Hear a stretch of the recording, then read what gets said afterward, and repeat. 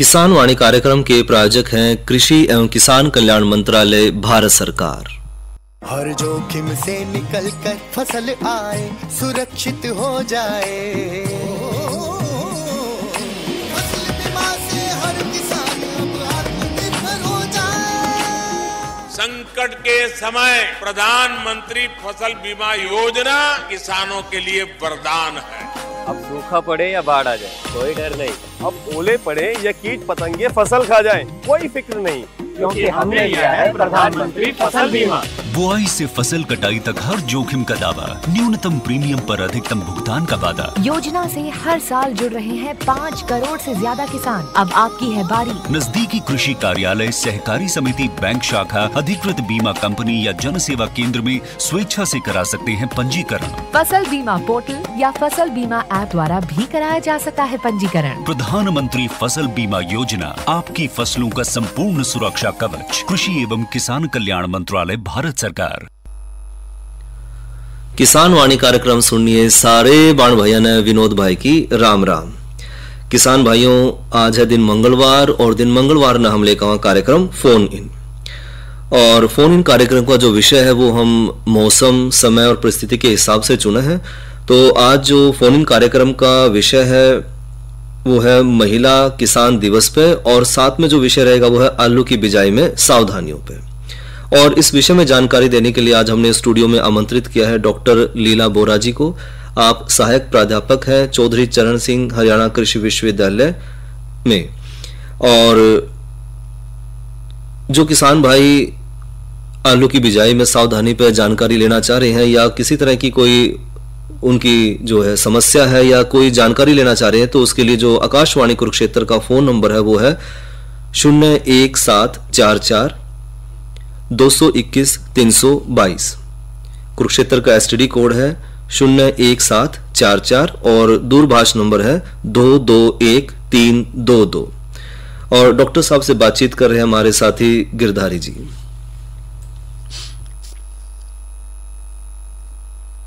कार्यक्रम के सभी सुनाने के जारी की राम राम।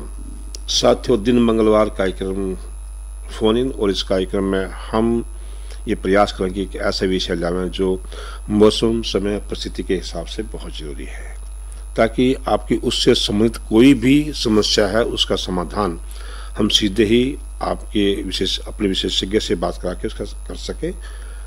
और इस कड़ी में जो आज का हमारा विषय रहेगा वो रहेगा आलू की बिजाई में सावधानियां। लेकिन उससे पहले आपको बता दें कि आज है महिला किसान दिवस, हम उस पर चर्चा करेंगे। और बातचीत में हिस्सा लेंगे डॉक्टर लीला बोरा, जो सहायक प्रोफेसर हैं चौधरी चरण सिंह हरियाणा कृषि विश्वविद्यालय कोल के अंदर। जिन साथियों को स्टूडियो में संपर्क करना है उसके लिए संपर्क सूत्र है 221 322।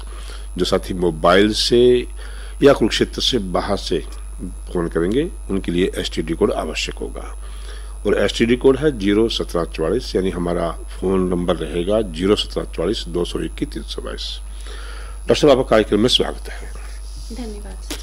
डॉक्टर साहब, जब हम बात करते हैं किसी भी विषय में, चाहे वो नौकरी के क्षेत्र में हो, चाहे वो व्यवसाय के क्षेत्र में हो या कृषि के क्षेत्र में हो, महिलाओं का योगदान बहुत ज़्यादा हुआ है।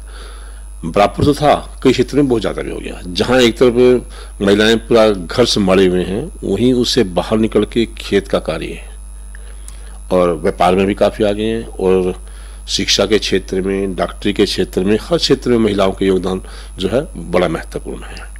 तो आज हाँ, ये दिवस है हमारा महिला किसान दिवस। इसके बारे में जानना चाहेंगे कि इसके बारे में क्या कुछ आपके विचार हैं। धन्यवाद सर। आज आप सभी श्रोतागणों को मेरा नमस्कार। जैसा कि आज महिला किसान दिवस है, तो सबसे पहले मैं सभी किसान जो बहनें हैं उन सभी को आपके लिए बहुत बहुत बधाइयाँ देती हूँ। आप सभी को महिला किसान दिवस की शुभकामनाएं। क्योंकि आज जो ऐसा क्षेत्र है कि हर जगह स्त्रियां पुरुषों से कंधे से कंधा मिला के चल रही हैं, तो इस कड़ी में हमें जो किसान बहनें हैं वो भी कहीं ना कहीं जो आपका खेती है उसमें पूरा का पूरा योगदान आप पुरुषों की तरह देती हैं। क्योंकि आजकल समय ऐसा है, महंगाई का समय है, तो आप कई जो है वर्किंग है, कई जॉब्स में जाते हैं, और जो घर पे हैं वो अलग तरह से अपना हाथ बटा सकते हैं। जैसे खाद्य प्रसंस्करण है, या बहुत तरह के व्यवसाय हैं जिनको किसान बहनें अपना करके मुनाफा कमा सकती हैं, अपना पारिवारिक सहयोग दे सकती हैं। तो मैं तो यही कहूँगी कि जो किसान बहनें हैं वो लगभग सारी ही खेती में पूरा का पूरा योगदान देती हैं। और जैसे किसान बहुत सारी अभी जो सरकार है, सरकार ने भी बहुत सारी किसान बहनों को सुविधाएं दी है। विभिन्न तरह के जो हमारे यूनिवर्सिटीज़ के केवीकेज होते हैं उनमें किसान बहनों को बहुत तरह की सिलाई की, कढ़ाई की, प्रसंस्करण से रिलेटेड बहुत सारी ट्रेनिंग्स दी जाती हैं, हमारे चौधरी चरण सिंह हरियाणा कृषि विश्वविद्यालय में दी जाती हैं। और जो सरकार है, सरकार ने भी कई तरह की जो स्कीम्स हैं वो ऐसे स्वयं सहायता समूह इत्यादि के माध्यम से करी हैं, जिससे आपके पास जो एक धन की कमी होती है उसको भी आप इन माध्यमों से दूर करके आगे बढ़ सकती हैं। क्योंकि अब ऐसा समय है कि अकेले के माध्यम से नहीं होता, तो हमें स्त्रियां जैसे कि पहले भी आगे आई हैं हमेशा। तो इस किसान दिवस में मैं सबको ये कहना चाहूँगी कि हम अपना योगदान हर क्षेत्र में दें, और किसान के क्षेत्र में भी हमारी महिलाएं काफ़ी आगे हैं और ऐसे ही आगे बढ़ें। धन्यवाद। तो पहले बात करते हैं कि खेती बाड़ी तो महिलाएं करती थी, सब्जी काम घर पर कर लेती थी। उसके साथ साथ जो हमारी महिलाएं हैं वो पशुपालन का काम बड़ा अच्छा करती थी। बिल्कुल बिल्कुल। हम उनको पशुपालन तक ही लेकर चल रहे थे, लेकिन अब काफ़ी समय से देखा है कि कई स्टेट्स के अंदर तो कि महिला आगे बढ़ के किसानी काम कर रही हैं। बड़े अच्छे अच्छे उन्होंने सब्जियां उगा रखे हैं, बड़े अच्छे फल लगा रखे हैं। ये कह लिए कि पूरा का पूरा खेत महिला के प्रभुत्व में हम ये मान के चले हैं। तो उसे क्या मानने कि महिलाएं ज़्यादा जागरूक हो गई हैं कि या उनको ज़्यादा अब इस चीज़ के बारे में पता चल गया है कि वो आगे बढ़ के खेती करके अपने परिवार को संपन्न कर सकती हैं। बिल्कुल, क्योंकि पहले जो था कि एक थोड़ा सा जागरूकता की कमी थी, और फिर सहायता की भी कमी थी। पहले थोड़ा सा मानसिकता भी होती थी कि नहीं ठीक है, जो स्त्रियां हैं उनको घर तक संभालना है। लेकिन अब ऐसा है कि समय भी ऐसा है कि आपको आगे निकलना चाहिए, और समय की मांग तो है ही। उसके बाद इतना अभी जो लोगों की मानसिक सोच है वो भी बदल रही है कि ठीक है, स्त्रियों को आगे आना चाहिए। और दूसरा, स्त्रियां जागरूक हैं, उनके पास जो विभिन्न सरकारी स्कीम्स हैं उनका भी फ़ायदा है। तो अभी ऐसा जो समय है, इस समय में ये मतलब थोड़ा स्वाभाविक सा हो गया है कि उनके लिए थोड़ा इजी हो गया पहले के मुकाबले। ये बात मान के चले कि पहले जो महिलाएं थी वो एग्रीकल्चर के क्षेत्र में स्टडी नहीं करती, पढ़ाई नहीं करती थी। अब असिस्टेंट प्रोफेसर या इससे संबंधित जितने भी पद हैं उन पे महिलाएं हैं। बिल्कुल। दूसरा, पहले महिलाएं जो है पशुपालन की जो है अध्ययन नहीं करती थी, केवल घर में पशु पालती थी लेकिन अस्पताल में रहती थी। अब वहाँ पे महिलाएं आ गई हैं, तो ये भी कारण हो सकता है कि उनको देख करके कि बाकी जो हमारी घर की महिलाएं हैं वो किसानी की तरफ मुड़ी होंगी कि जब ये खेत में जा सकती हैं, जब ये अस्पताल में जा सकती हैं, ये पढ़ा सकती हैं एग्रीकल्चर, तो क्यों ना हम खेती कर लें। ये भी कारण हो सकता है। बिल्कुल। और जी, ये जो आपका कृषि का व्यवसाय है, इसमें जो लेडीज़ हैं, इसमें सबसे अच्छा है जैसे पशुपालन है, पोल्ट्री है, बहुत सारी चीज़ें आप अपना घर पे रह के ही कर सकते हैं। एक तो इससे आपका दूसरी वो मतलब दिक्कत नहीं होती कि आपको घर से बाहर निकल के प्रॉपर घंटे बाहर ही देने हैं। आप अपने घर के समय के हिसाब से निकाल सकती हैं। जैसे खाद्य प्रसंस्करण है, अचार, मुरब्बा, कई सारी जो है, सिलाई कढ़ाई है, ये सारी चीज़ें, इनमें आपको कहीं बाहर अपने मतलब काम के हिसाब से आप अपना समय निकाल सकते हैं, तो काफ़ी सहयोग मिल जाता है इन सब। डॉक्टर साहब, बात जब महिला किसान की आएगी तो बहुत से क्षेत्र ऐसे हैं जिसमें महिलाएं काफ़ी बढ़ चढ़ के काम करती हैं। जैसे हम कहते हैं कि धान का लगाना, धान काटना। ऐसी ही एक फसल है आलू। आलू की फसल के अंदर महिलाओं की बड़ी महत्वपूर्ण भूमिका होती है, चाहे वो मजदूर के रूप में चाहे किसान के रूप में। तो क्यों ना आज हम आलू के बारे में ही बातचीत कर लें। जी जी। तो हम ये जानना चाहेंगे कि मौसम भी है आज आलू देख कितनी कीमत आलू की इस टाइम चल रही है, 35-40 रुपये किलो है, और आलू को हम सब्जियों का राजा भी मान के चलते हैं। तो जो राजा है वो तभी मिलेगा जब हम उसको सही ढंग से उगा पाएंगे। तो आज हम ये जानना चाहेंगे कि आलू की बिजाई में किन किन मुख्य बातों का हमें ख्याल रखना है। जी, सबसे पहले जो हमारी आलू है, आलू हमारी प्रमुख फसल इसलिए है कि इसमें आप अधिक आप आमदनी ले सकते हैं। कि जैसे आप अलग अलग स्टेप पे ले सकते हैं कि कच्चा आलू भी निकाल सकते हैं, कि आपको कैश इकट्ठा ना लेके आप कच्चा आलू में भी उसको बेच सकते हैं। तो ये किस्म के ऊपर डिपेंड करता है। सबसे पहले तो आपको किस्मों का चुनाव करना है कि आपको कच्चा आलू बाज़ार में बेचने जाना है या पका हुआ बेचना है। अगर आपको तुरंत डे टू डे कैश है तो हम क्या करते हैं कि ऐसी शॉर्ट ड्यूरेशन वैरायटीज़ लेते हैं जो आपकी कम समय में तैयार हो जाती है, जिसमें हमारी 2 वैरायटी आती है। कुफरी ख्याति आती है जो लगभग आपकी 65 दिन में तैयार हो जाती है। अच्छा। तो आपका खाने योग्य साइज़ 65 दिन में तैयार हो जाता है, तो आप उसे बाज़ार में कच्चा आप बेच सकते हैं। इसके अलावा कुफरी पुखराज है। कुफरी पुखराज लगभग आपका 70 दिन में तैयार हो जाता है। लगभग 75 दिन में कुफरी पुखराज का जो कच्चा आलू है लगभग 90 क्विंटल प्रति एकड़ हमें उत्पादन दे देता है। तो ये 2 किस्में ऐसी हैं जिसको आप कच्चे के लिए भी ले सकते हैं। हेलो। हेलो। हाँ जी, नमस्कार जी। नमस्कार जी। कहाँ से बोल रहे हैं? हाँ जी, सहरसा से। नाम? बलदेव सिंह। बलदेव जी, क्या पूछना है? हाँ बोलो, के बारे में क्या पूछना है?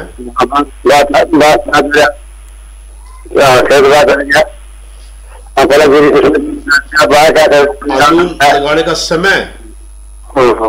दरअसल आलू का समय और किस समय? कौन से किस्म? हाँ जी। आलू का जो समय है वो अलग अलग किस्मों के हिसाब से होता है। जैसे कि जो आपकी अगेती किस्में है, जैसे कुफरी सूर्या है। कुफरी सूर्या आप सितंबर लास्ट से लगा सकते हैं। ये थोड़ा सा जैसे अधिक तापमान को सहने की क्षमता रखती है। इसके बाद जैसे जो आपका मेन समय है बिजाई का, वो अभी हमारा 10 से 20 अक्टूबर का जो समय होता है, ये आपका बिजाई का सबसे सही समय होता है। क्योंकि अगर आप इससे थोड़ा सा जल्दी करते हैं तो उसमें जो सफ़ेद मक्खी वगैरह का अटैक आने से काफ़ी वायरस आ सकता है। इसके बाद आप जो अगर लेट लगाएंगे तो उससे थोड़ा सा पैदावार पे असर पड़ता है, क्योंकि बाद में आपका जो कोहरा काफ़ी आ जाता है। तो उससे क्या होता है कि फिर थोड़ा आपका प्रोडक्शन कम आता है। तो आपका ये जो लगभग 10 से 20 अक्टूबर का टाइम है, ये काफ़ी जो लगभग सभी वैरायटीज़ हैं उनके लिए मतलब ऑप्टिमम तापमान रहता है। इसमें लगाने से आपका जो बीमारी वगैरह है वो काफ़ी कम आती है। जो मेन समय रहेगा आलू का आपने बताया है। हाँ जी, 10 से आपका 20 अक्टूबर। 20 ये तो सही समय है। हाँ जी। उसके बाद छिड़के लगा सकते हैं? हाँ, नहीं आप लगा तो सकते हैं, लेकिन लगाने में क्या होगा कि इसके बाद जैसे हमारा दिसंबर होता है, दिसंबर में कोहरा बहुत आ जाता है। अच्छा। तो जो आपका फोटोसिंथेसिस होती है जिससे आलू में जो वजन बढ़ेगा ना, तो वो नहीं हो पाएगी। तो वो आपका साइज जो है वो प्रॉपर नहीं बन पाएगा। 20 अक्टूबर के बाद लगाते हैं तो 75। हाँ, थोड़ा पैदावार आपकी कम हो जाएगी। आप लगा सकते हैं, नवंबर तक लगा सकते हैं, लेकिन पैदावार आपकी कम हो जाएगी थोड़ा। तो ये तो रहेगा उसका समय। अब क्या खेत तैयार करने में कोई विशेष ख्याल रखना पड़ेगा? हाँ, जैसे आलू का जनरली क्या होता है कि इसके लिए जो ज़मीन चाहिए होती है ये अच्छी, मतलब जिसमें कहते हैं कि पानी अच्छे से एब्जॉर्ब हो जाए, उस तरह की मिट्टी चाहिए। तो सैंडी लोमी जो आपकी मिट्टी होती है वो इसके लिए अच्छी होती है, और जिस मिट्टी में आपको वाटर होल्डिंग मतलब अच्छे से पानी उसमें बना रहे। और जब भी हम आलू लगाते हैं तो हमने ध्यान रखना है कि पानी सूखना नहीं चाहिए, मतलब पानी लगे, हल्का लगे फिर लगे, ताकि नमी उसकी कांस्टेंट मेंटेन रहे, जिससे कि जो आपका आलू है उसकी एक जैसी ग्रोथ होगी। अगर आपका पानी कभी बीच में लगेगा फिर थोड़े दिन बाद रुक के लगेगा, सूखा पड़ेगा, तो उससे जो आलू में है उसमें छेद बन जाता है बीच में, जिससे अंदर जो कैविटी सी बन जाती है, खड्डा बन जाता है। तो यानी ये तो हमें रखना, तो हमें ख्याल रखना है कि उसकी जो मुख्य मिट्टी की बात है। अब आपने बताया कि आलू को हमेशा नमी चाहिए। जी जी, यानी पानी तो उसको देते रहना है, हल्का देना है और लगातार देते रहना है, जिससे कि लगातार मॉइस्चर बना रहे, मतलब ऐसे सूखा इरेगुलर कंडीशन ना आए, कि अनियमितता ना आए कि कभी पानी है कभी नहीं। 2 किस्में आपने मुख्य बताई है, एक तो ये कच्चे आलू के लिए बताई थी। जो 2 किस्में हैं, कुफरी ख्याति है, कुफरी पुखराज है। इसके अलावा आप फिर इसमें अभी एक जो इस आपकी जो मेन सीजन की किस्में हैं और भी आई हैं, जैसे कि कुफरी उदय है। अच्छा। और कुफरी लिमा है। कुफरी उदय जो है ये लाल, इसकी जो आउटर स्किन है वो बाहर की कवर लाल है, और ये लगभग आपका 140 कुंटल प्रति एकड़ की पैदावार दे देता है। और कुफरी लिमा भी अच्छी किस्म है और ये जो थोड़ा टेम्परेचर अच्छा टॉलरेट कर लेती है, तो इसको सितंबर लास्ट से भी लगा सकते हैं। और आपका जो कुफरी लिमा है इसको भी किसान काफ़ी पसंद कर रहे हैं आपके इधर के एरिया के। और कुफरी लिमा, कुफरी उदय है, कुफरी मोहन भी अच्छी वैरायटी है जिसकी भी पैदावार लगभग 140 कुंटल प्रति एकड़ के अराउंड आ जाती है। तो ये काफ़ी अच्छी किस्म है। इससे पहले जो किस्में चलती थी जैसे कुफरी सतलज है, कुफरी बादशाह है, तो थोड़ा सा वो पछेती किस्में हैं, इसलिए वो थोड़ा सा कम प्रेफर की जाती है। तो दो तरह का आलू आपने बताया, एक तो बताया आपने कच्चे के लिए, दूसरा कौन सा होता है? दूसरा ये जो आपको जो मेन जो इसकी खाल है, स्किन है, वो पकी हुई चाहिए। अगर आपको जो मेन आलू होता है जो मार्केट में आपको चाहिए ना, कच्चा आलू तो क्या होता है कि थोड़े दिन बाद खराब हो जाएगा, उसकी स्किन पकी नहीं होती है ना। तो जो पक्का आलू होता है उसके लिए हमने क्या करना होता है कि जैसे आपका जब आलू आपका तैयार हो गया है तो उससे पहले हम उसको, या तो अगर आपको लेट करना है, लेट में तो पौधा अपने आप सूखेगा, तो उसके बाद हमने उसमें पानी वगैरह सारा देना बंद कर देना है। तो जब हम आलू निकालेंगे तो आलू जब हमारा पूरा पौधा सूख जाता है तो उसके बाद आप उसकी स्किन को देख लीजिए, अगर उसकी स्किन हाथ से निकल रही है तो इसका मतलब कि अभी वो थोड़ा और उसको चाहिए टाइम। तो और अगर नहीं तो हम क्या करते हैं कि यहाँ का जो 15 जनवरी है, 15 जनवरी के आसपास का जो हमारा समय होता है, तो इस समय हमारा जो इसमें एक जो चेपा होता है, चेपा की संख्या होती है 20 चेपा प्रति कंपाउंड लीफ। इसकी जो एक पत्ती होती है उसको कंपाउंड लीफ बोलते हैं। तो वहाँ तक जब पहुँचती है उससे पहले ही हम इसमें ग्रामेक्सोन वगैरह का स्प्रे कर देते हैं और उसके 15 दिन बाद आलू निकालते हैं, जिससे कि आलू की जो स्किन है वो पूरी अच्छे से पक जाती है। तो जो कच्चा आलू है ये क्या काम आएगा? कच्चा आलू जैसे मार्केट में तुरंत आप बेचने जाते हो तो इसका हाई प्राइस मिलता है ना, क्योंकि अभी तो मेन सीजन का जब आलू आएगा तो वो इकट्ठा हो जाएगा, तो उस समय थोड़ा रेट कम आता है। तो अभी क्या है कि जो पहाड़ी आलू रिप्लेस कर रहा है ना आलू को, तो फिर अभी नवंबर दिसंबर से हमारा इधर का नॉर्थ जो अपना प्लेन्स का है वहाँ ये आलू आने लगता है। क्योंकि एक ये मनसा रहती है कि जो भी हमारे गृहणियाँ खासकर वो काफ़ी आलू लेके इकट्ठा कर लेते हैं, और कच्चा आलू खराब होगा तो क्या वो चलेगा कि नहीं, कच्चा आलू तो आप मार्केट की डिमांड के अकॉर्डिंग अपने डे टू डे खर्चे के लिए आप बेच सकते हैं कि भाई अगर आपको कैश चाहिए या कुछ चाहिए तो आप तुरंत उसको ले जाके बेच सकते हैं, लेकिन उसको उतना ही निकालिए जितना आपकी मार्केट की डिमांड है। अगर आपने ज़्यादा निकाला है तो वो नहीं परसिस्ट करेगा, वो तो एक हफ्ते में खराब हो जाएगा। तो घरों में जो घरों में रखते हैं आलू के कट्टे हाँ, वो तो पक्का आलू है आपका। हाँ, क्योंकि उसकी स्किन जब हम क्या करते हैं कि जैसे 15 जनवरी के टाइम पे ग्रामेक्सोन का स्प्रे कर देते हैं, तो ग्रामेक्सोन का स्प्रे करने से उसमें जो उसका पत्ते हैं वो जल जाते हैं, तो उसके जलने के 15 दिन बाद उसकी स्किन जो है वो पक जाती है आलू की, तब हम उस आलू को निकालते हैं। क्योंकि आलू की जो बाजार में मांग बहुत है, कई आलू का हलवा है, कई आलू के पराठे हैं, कई आलू के पकौड़े हैं, तो सही हो जाते हैं कि आलू तो घर में हर समय रह ही रहेगा। बस जैसे जब भी हमने ये ध्यान रखना है कि जब हम आलू निकाले तो उससे पहले जैसे अगर हमने ग्रामेक्सोन का जब स्प्रे किया उसके 15 दिन बाद आलू निकाले, ताकि उसकी स्किन अच्छे से हम चेक कर ले। अगर स्किन अच्छी पकी नहीं होगी तो वो क्या करता है फिर बाद में जो आलू है वो जल्दी खराब हो जाता है। बीज उपचार का बड़ा महत्व है हर फसल। क्या आलू के बीज का उपचार भी होता है? बिल्कुल बिल्कुल, जैसे आलू में होता है, इसमें हम जो इंडोफिल M45 है उसका हम बीज उपचार करते हैं। जो कटे हुए कंद होते हैं उनमें करते हैं जनरली।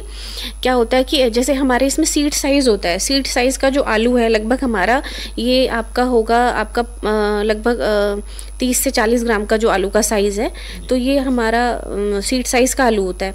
तो सीड साइज़ का जो आलू है तो ये छोटा होता है, तो इसके लिए तो हमें जनरली कोई उपचार की ज़रूरत नहीं है। लेकिन इसके बाद क्या होता है कि अगर ओवर साइज़ हो जाता है आलू, तो ओवर साइज़ आलू में हमें उसको कट करना पड़ता है। और कट हम इस तरह से करते हैं कि एक साइड में लगभग 2 उसकी जो आँखें होती है वो हों। तो वो जो कट ट्यूबर है उसको हम इंडोफिल M45 के जो घोल है उसमें हम डिप करके रखते हैं लगभग 10 मिनट के लिए, और डिप करके उसको फिर छाँव में फैला देंगे, ताकि वो छाँव में जो उसका जो कट स्किन है वो अच्छे से बन जाए। उसके फिर लगभग 4-5 दिन बाद ही या अंकुरण आने पे फिर हम फील्ड में उसको बिजाई के लिए यूज़ कर सकते हैं। तो जैसे आपने बताया कि हम बीज उपचार कर लेंगे, खेत भी तैयार कर लेंगे, और पानी की बात भी आपने बताई कि पानी लगातार चाहिए, तो इसमें कोई सिवाय भी खेत में इतना पानी देना जरूरी है? जैसे 4 सिंचाई 5 सिंचाई 86 या हाँ जी, लगातार देते हैं? जैसे इसमें डिपेंड करता है कि अभी जैसे अक्टूबर का महीना है तो अक्टूबर के महीने में तो आपको हफ्ते में लगभग 1 सिंचाई देने की ज़रूरत पड़ेगी, ठीक है। नवंबर में वो लगभग 3 पे पहुंच जाएगी, दिसंबर में 2.5-3, इस तरह से आपका इरिगेशन वो टेम्परेचर के ऊपर डिपेंड करता है ना, उस तरह से हो जाता है टोटल नंबर ऑफ इरिगेशन। और सभी जितनी वैरायटी आपने बताई है उन सब का लगभग जो है 65 दिन में पकने वाली 65 हाँ, ये तो 2 हैं, ख्याति और पुखराज है 65 से 70 दिन में। बाकी जो आपका जो जैसे कुफरी सतलज है, कुफरी आपका कुफरी बादशाह है, कुफरी बहार है, ये आप लगभग 90 दिन की वैरायटीज ले सकते हैं। अच्छा, इतनी महीने की? हाँ जी, हाँ जी। लेकिन उसको 75 मान के चलता है उनको, हाँ वो 85 हैं इनसे। हाँ, ये अर्ली बल्किंग है ना, इसमें जो आपका 65 दिन में जल्दी बल्किंग हो जाती है, जैसे ख्याति है। जी, तो अब बात आएगी इसमें खाद की, क्योंकि कोई भी चाहे पशु हो, चाहे फसल हो, चाहे व्यक्ति हो, खुराक का बड़ा महत्व है। बिल्कुल। तो इस फसल को खुराक क्या चाहिए, कितना खाद हमें कब कब देना पड़ेगा? जैसे हम जब प्लांटिंग करते हैं आलू की तो उस समय हमारा इसका जो खाद है लगभग 50 किलो इसमें नाइट्रोजन, 20 किलो यूरिया और 50 किलो आपका नाइट्रोजन, 20 किलो आपका फास्फोरस और 40 किलो पोटास चाहिए। तो पोटास इसमें थोड़ा ज़्यादा चाहिए जिससे कि आपका ट्यूबर की क्वालिटी आपका अच्छी होती है, तो आप उसको किसी भी माध्यम से आप यूज़ कर सकते हैं। तो इसमें क्या होता है कि जैसे हम प्लांटर से प्लांटिंग करते हैं तो सारी खाद हम एक ही टाइम डाल देते हैं, और अगर हम मैनुअली करते हैं तो मैनुअली में हम यूरिया का आधा डोज तो प्लांटिंग के टाइम डाल देंगे और आधा हम 1 महीने के बाद मिट्टी चढ़ाते हैं। तो प्लांटर में तो क्योंकि हैवी मिट्टी चढ़ती है तो उसमें आलू ऊपर नहीं आता है, लेकिन अगर हम मैनुअली करते हैं तो उसमें क्या आता है, आलू अगर ऊपर आ गया तो उसमें आलू हरा हो जाता है। तो उसके लिए हम अर्थिंग अप करते हैं, मिट्टी चढ़ाते हैं 1 महीने के बाद, तो उसके साथ हम बाकी जो बची हुई यूरिया की खाद है वो दे देते हैं। तो अगर मैनुअली करा है तो मिट्टी चढ़ाना जरूरी है, अदरवाइज आलू हरा हो जाएगा, जिसमें एक पॉइजनस सब्सटेंस है हरे आलू का जो है हेल्थ को नुकसान करते हैं, सोलेनिन होता है इसमें। तो कोशिश करिए कि आप आलू को कवर कर ले जिससे कि आपका मार्केट में उसका नुकसान ना हो। तो आलू की जो बिजाई की सही विधि प्लांटर है या मैनुअल है? डिपेंड करता है, दोनों हैं। जैसे प्लांटर आपका इकोनॉमिकल भी पड़ेगा आपको, क्योंकि बड़े स्केल पे आप प्लांटर कर सकते हैं, लेकिन जो मार्जिनल फार्मर्स, छोटे फार्मर्स हैं, वो मैनुअल भी कर सकते हैं। दोनों तरीके आपके यूज। कितने एकड़ तक हम लेके चलें कि मैनुअल कर लें? मैनुअल वाला तो जनरली 1 एकड़ 1-2 एकड़ ही कर सकते हैं, उससे ज़्यादा में तो प्लांटर ही ठीक रहता है। तो प्लांटर हमें किराए पे मिल जाता है या खरीदना पड़ता है? हाँ जी, मिल जाता है किराए पे। तो यानी जो हमारी पोर्टल होता है उससे भी हम डिमांड कर सकते होंगे इसको में भी, या अपने जो कृषि विज्ञान केंद्र से संपर्क कर सकते होंगे कि वो वहाँ पे इनको बता देंगे कि यहाँ से प्लांटर मिल सकता है, नहीं मिल सकता है। तो लेकिन अगर किसान बड़ा है तो प्लांटर का यूज कर लेगा ताकि उसको जो आर्थिक लाभ भी हो इसमें। बिल्कुल। बात है कि बीमारियों के बारे में, क्योंकि ये तो हो सकता है कि इस रिश्ते में कोई चीज आई है उसको बीमारी उसके साथ न दे, बीमारी सकती है। तो आलू में ऐसी कौन कौन सी बीमारियां हैं जो लग सकती हैं? देखिए, जो आलू में मुख्य बीमारी है वो लेट ब्लाइट की होती है, जिसे पछेती अंगमारी कहते हैं। तो ये जनरली हमारा जो दिसंबर का महीना आता है जिसमें कोहरा आएगा तो उसमें ये बहुत ज़्यादा आती है। तो इसके लिए आपने क्या करना है, जैसे इसमें पत्तों पे काले काले से आपको धब्बे दिखाई देंगे, तो एक तो ऐसी किस्मों का चुनाव करना है जिसमें कि आपका पछेती अंगमारी थोड़ा कम आए, और उसके अलावा इसमें जो स्प्रे होता है वो लगभग आपका इंडोफिल M45 जो आपकी दवाई है, लगभग आपका 400 ग्राम 200 लीटर पानी में प्रति एकड़ का आपने स्प्रे करना है। जैसे ही आपको हल्का सा भी चकते से दिखाई देने लगे तो ये थोड़ी ज़्यादा समस्या है। इसके अलावा और दूसरी बीमारी भी आती है, कई बार अगेती अंगमारी भी आती है। 400 ग्राम हमने हाँ, इंडोफिल M45 400 ग्राम 200 लीटर पानी में प्रति उसका घोल बना के जी छिड़काव करना है। ये 1 किले के लिए आपने 1 एकड़ के लिए जी। दूसरी इसमें अगेती अंगमारी आती है। अगेती अंगमारी में भी लगभग सेम ही स्प्रे है, और कई बार ये कम आती है, लेकिन जो प्रमुख है वो आपका इसका पछेती अंगमारी है। इसके दोनों में अंतर क्या रहेगा, पहचान क्या रहेगी दोनों में? जो पछेती है इसमें तो आपका जो है ब्लैक कलर के बनते हैं पैचेस, और जो अगेती अंगमारी है इसमें थोड़ा सा लाइट ब्राउन टाइप के पैचेस बनते हैं। अगर लाइट ब्राउन की है तो समझो ये अगेती है। हाँ, लेकिन लगभग स्प्रे दोनों में सेम ही है, तो ऐसी कोई दिक्कत मात्रा भी दवाई दोनों सेम रहेगी, घोल सेम रहेगा, उसका भी छिड़काव। इसके अलावा और भी ऐसी बीमारी इसमें आ सकती है? इसमें जैसे कि वायरस की काफ़ी समस्या है। जो किसान लोग बोलते हैं कि मरोड़िया और एपिकल लीफ कल वायरस है, वो इसमें काफ़ी ज़्यादा होता है। तो मरोड़िया में जैसे आपको पत्ते बहुत ही ज़्यादा मुड़े से सिकुड़े से दिखाई देते हैं, और एपिकल लीफ कल में क्या होता है कि पत्ते थोड़े से ऊपर की तरफ को मुड़े जाते हैं, कपना बन के थोड़ा सा ऐसे ऊपर को मुड़े जाते हैं। तो दोनों वायरस है, तो दोनों वायरस में क्या है कि वायरस का कोई इलाज नहीं है। एक बार आ गया तो आपने उसको निकालना ही पड़ेगा खेत से।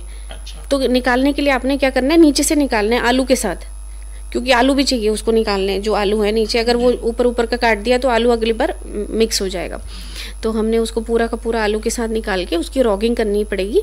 और इससे पहले कंट्रोल यही करें कि आप टाइमली प्लांटिंग करें। अगर थोड़ा सा भी अगेती करते हैं तो आपका जो कीड़ा है, जैसे वाइट फ्लाई आ जाएगी, तो उससे भी आपका वायरस आ जाता है। और अगर आप थोड़ा सा लेट रखते हैं, जैसे जनवरी के बाद चेपा आ जाता है, 15 जनवरी के बाद इधर चेपा काफ़ी आता है, तो वो चेपा जो होता है उससे भी वायरस आता है। तो सिर्फ हमने जो कीड़े इंसेक्ट हैं, चेपा है और जो ये वाइट फ्लाइज है, सफ़ेद मक्खी, इनसे बचाना है, जिससे कि हमारा वायरस ना आए। और जब भी बीज लें तो एक प्रमाणित संस्था से ही बीज लें, जैसे कि सरकारी आपका यहाँ पर है शामगढ़ में आलू का सेंटर है, पोटैटो टेक्नोलॉजी सेंटर है, या हमारी यूनिवर्सिटी है चौधरी चरण सिंह कृषि विश्वविद्यालय, आप यहाँ से ले सकते हैं हिसार से।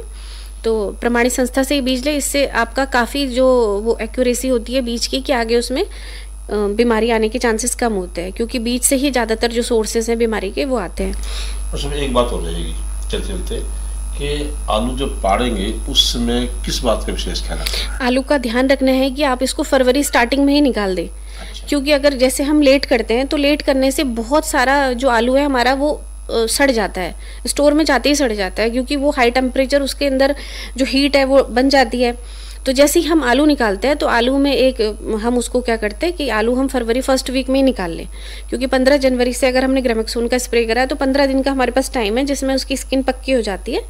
तो इसमें हम आलू निकाल करके उसका ढेर बना देते हैं, ढेर बना के 2-3 दिन रखते हैं ताकि उसकी सारी मिट्टी झड़ जाए, और जब वो पूरी मिट्टी झड़ जाएगी तभी हम उनको पैक करके आगे भेजें। अदरवाइज मिट्टी के साथ आलू जाएंगे तो वो सड़ेंगे भी, और फरवरी स्टार्टिंग में आपने निकालना ही निकालना है। अगर लेट करेंगे तो सारा ही आलू आगे सड़ने लग जाता है। बहुत से साथियों की इच्छा होती है कि आलू को लंबे समय तक स्टोर करना है, उसके लिए विशेष ख्याल रखना पड़ेगा कुछ? हाँ, आप उसको अपने अपने लेवल पे स्टोर कर सकते हैं। जैसे कि अगर आपने थोड़ा घर के लेवल पे स्टोर करना है तो आप थोड़ा कूलर या उस तरह से वेंटिलेटेड स्ट्रक्चर बना सकते हैं, क्योंकि इसमें मॉइस्चर भी चाहिए। तो मॉइस्चर भी आपको कूलर से आपको मॉइस्चर भी मिल जाएगा, इससे आप 2-4 महीने तो रख सकते हैं। और थोड़ा ज़्यादा टाइम के लिए आपको रखना है तो आप कोल्ड स्टोर में अपना आलू भेज सकते हैं। तो कोल्ड स्टोर में आपका अलग अलग टेम्परेचर पे आलू होता है, बीज का आलू अलग टेम्परेचर पे रखेंगे और जो खाने का आलू है वो अलग टेम्परेचर पे रखेंगे। जैसे लगभग 0 से 4 डिग्री सेल्सियस पे आपका बीज का आलू रहता है। तो दोस्तों कहने मतलब है कि अगर हमें एक अच्छा आलू चाहिए, समय पे हमने उसकी बिजाई करनी है, उसका बीज का उपचार करना है, नमी बनाए रखनी है, और अगर किसी कारण से कोई सी बीमारी आए तो उसकी पहचान लगे एकदम से उसका उपचार। और सबसे पहले वैरायटी का चुनाव करना है कि आपको किस चीज़ के लिए वैरायटी चाहिए। अभी जो हरियाणा में आपका इधर के एरिया में आलू है वो कुफरी लीमा बहुत अच्छी वैरायटी है, कुफरी उदय है, कुफरी मोहन है, कुफरी ख्याति है, कुफरी पुखराज है। यही हमारी जो अभी लेटेस्ट वैरायटीज़ हैं यही चल रही हैं। तो साहब आप हमारे स्टूडियो में है और आपने बहुत अच्छी जानकारी हमारे किसान साथियों को दी, और साथ में आपने उन सब महिलाओं को बधाई भी दी और उनको हौसला बढ़ाया जिनके लिए दिन समर्पित है महिला किसान दिवस। इसके लिए आपका बहुत बहुत धन्यवाद। धन्यवाद। और आज किसान भाइयों ने किसान वाणी कार्यक्रम में जो फोन इन विषय था उसमें जानकारी ली महिला किसान दिवस पे, और साथ में जानकारी ली आलू की बिजाई में सावधानी पे। और इस विषय में जानकारी दे रहे थे डॉक्टर लीला बोरा जी, और इनसे बातचीत कर रहे थे गिरधारी भाई। किसान वाणी कार्यक्रम के प्रायोजक थे कृषि एवं किसान कल्याण मंत्रालय, भारत सरकार। अरे अरे अरे क्या कर रहा है? इधर इधर इधर हम बोल रहे हैं तेरे बीजू का। उतला बोल रहा है? पक्षियों से तो हम खेत को बचा लेते हैं, पर इन घातक रसायनों से कैसे बचाएं? मतलब? देख बेटा, तू जो ये अंधाधुंध रसायन मिलाता है ना, मिट्टी की सेहत बिगड़ने लगी है, और जब माटी ही कमजोर पड़ जाएगी तो उपज कैसे सेहतमंद होगी? अरे पहले ऐसा नहीं था। पूछना अपने बड़े बुजुर्गों से, कैसे फसल लहलहाती थी, शुद्धता झलकती थी। हाँ, माटी भी तंदुरुस्त और लोग भी। अब पहली वाली बात कहाँ? पर अब तो सब यही डाले हैं। सब नहीं, आज भी लाखों जागरूक किसान परंपरागत विधि से फसल उगा रहे हैं, खर्चा कम और उपज की कीमत भी बेहतर पा रहे हैं। सच है? रे बेटे, एक्सपीरियंस से बता रहे हैं, धूप में बाल सफेद नहीं किए हैं। हाँ। ठीक है भाई, मैं भी आज से जैविक खेती शुरू करूंगा। माटी से प्रेम की परंपरा है, परंपरागत खेती। और गिरधारी भाई, जो समय है वो हमने इजाजत नहीं दे रहा आगे बढ़ने की, तो ले भैया तो इजाजत। अच्छा भाइयों, राम राम।